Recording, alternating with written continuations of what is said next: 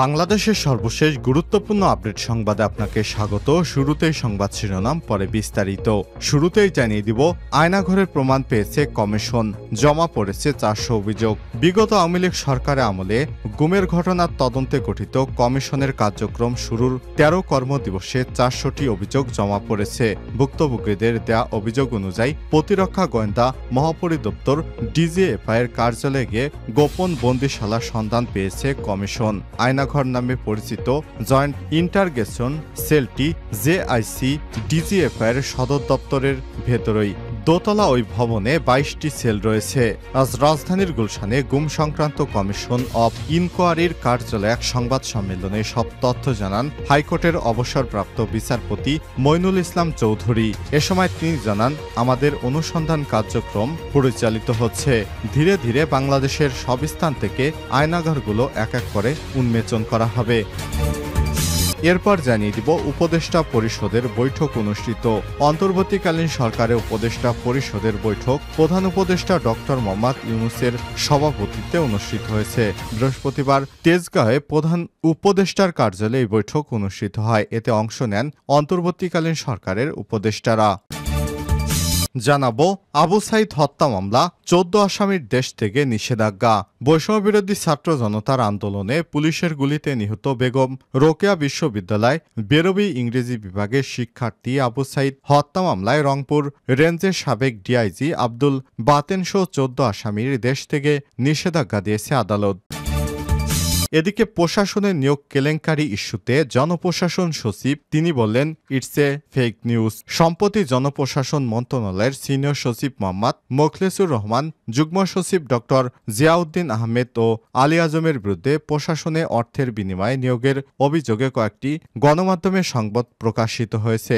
এই খবরে বলা হয়েছে, 5 কোটি টাকার বিনিময়ে তারা জেলা প্রশাসক ডিসিদের পদোন্নতি বা নিয়োগ দিয়ে থাকেন। এ বিষয়ে জনপ্রশাসন সচিবকে জিজ্ঞেস করা হলে তিনি বলেন, এই সংবাদটি মিথ্যা।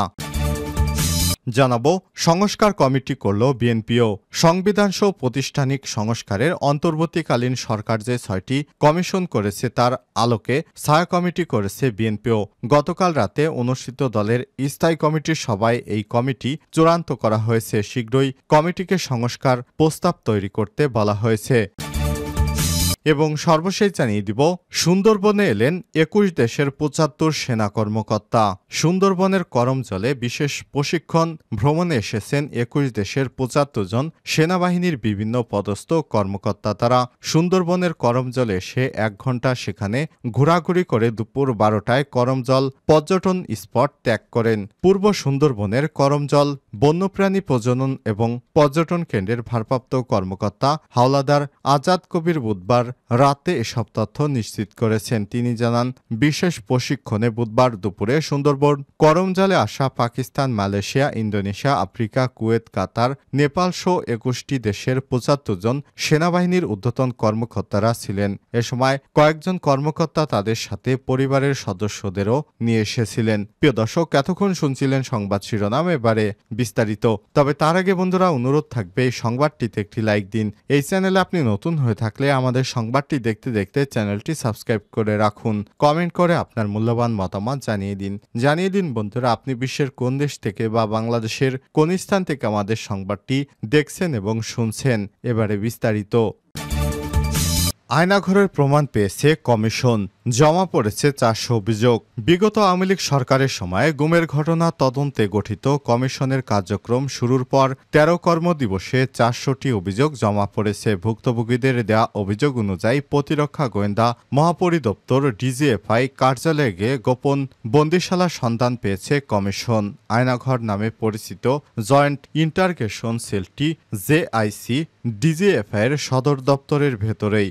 দোতলা ওই ভবনে 22টি সেল আছে। বৃহস্পতিবার দুপুর 12টার দিকে রাজধানীর গুলশানে গুম সংক্রান্ত কমিশন অব ইনকোয়ারির কার্যালয়ে এক সংবাদ সম্মেলনে সব তথ্য জানান হাইকোর্টের অবসরপ্রাপ্ত বিচারপতি মইনুল ইসলাম চৌধুরী। তিনি অনুসন্ধান কমিশনের সভাপতি।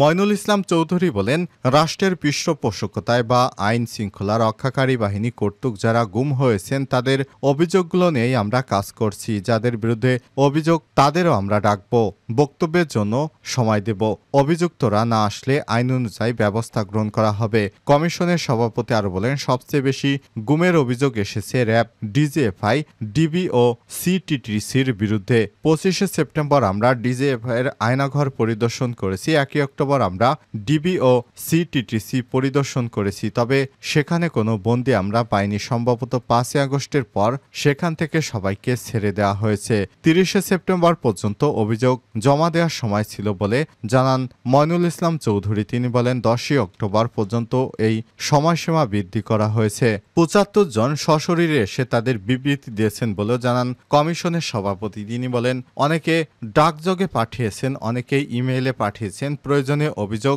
নেওয়ার সময়সীমা আরও বাড়ানো হবে। 3 মাসে তদন্ত শেষ হবে কিনা সেটা সামনে বোঝা যাবে বলেও জানান তিনি। কমিশনের সদস্য নূর খান বলেন, আমরা ভুক্তভোগীদের পরিচয় নিয়ে তাদের আলাদা করব না। প্রতিটি অভিযোগে আমরা শুনতে চাই, কি হয়েছিল তা জানতে চাই, কিভাবে আইন না মেনে বন্দী করে রাখা হয়েছিল তা বুঝতে চাই। 400 অভিযোগের মধ্যে অনেকগুলোর ঘটনাই প্রথমে সামনে এসেছে বলে জানান কমিশনের আরেক সদস্য মিস নাবিলা ইদ্রিস। তিনি বলেন, এসব ঘটনায় এর আগেও কেউ কখনো গুম নিয়ে কথা বলেনি, থানায় তাদের ভিডিও নেওয়া হয়নি। তিনি আরো বলেন, আমরা সবাইকে কমিশনে আসতে আহ্বান জানাই, আমরা মনোযোগ দিয়ে কাজ করতে চাই।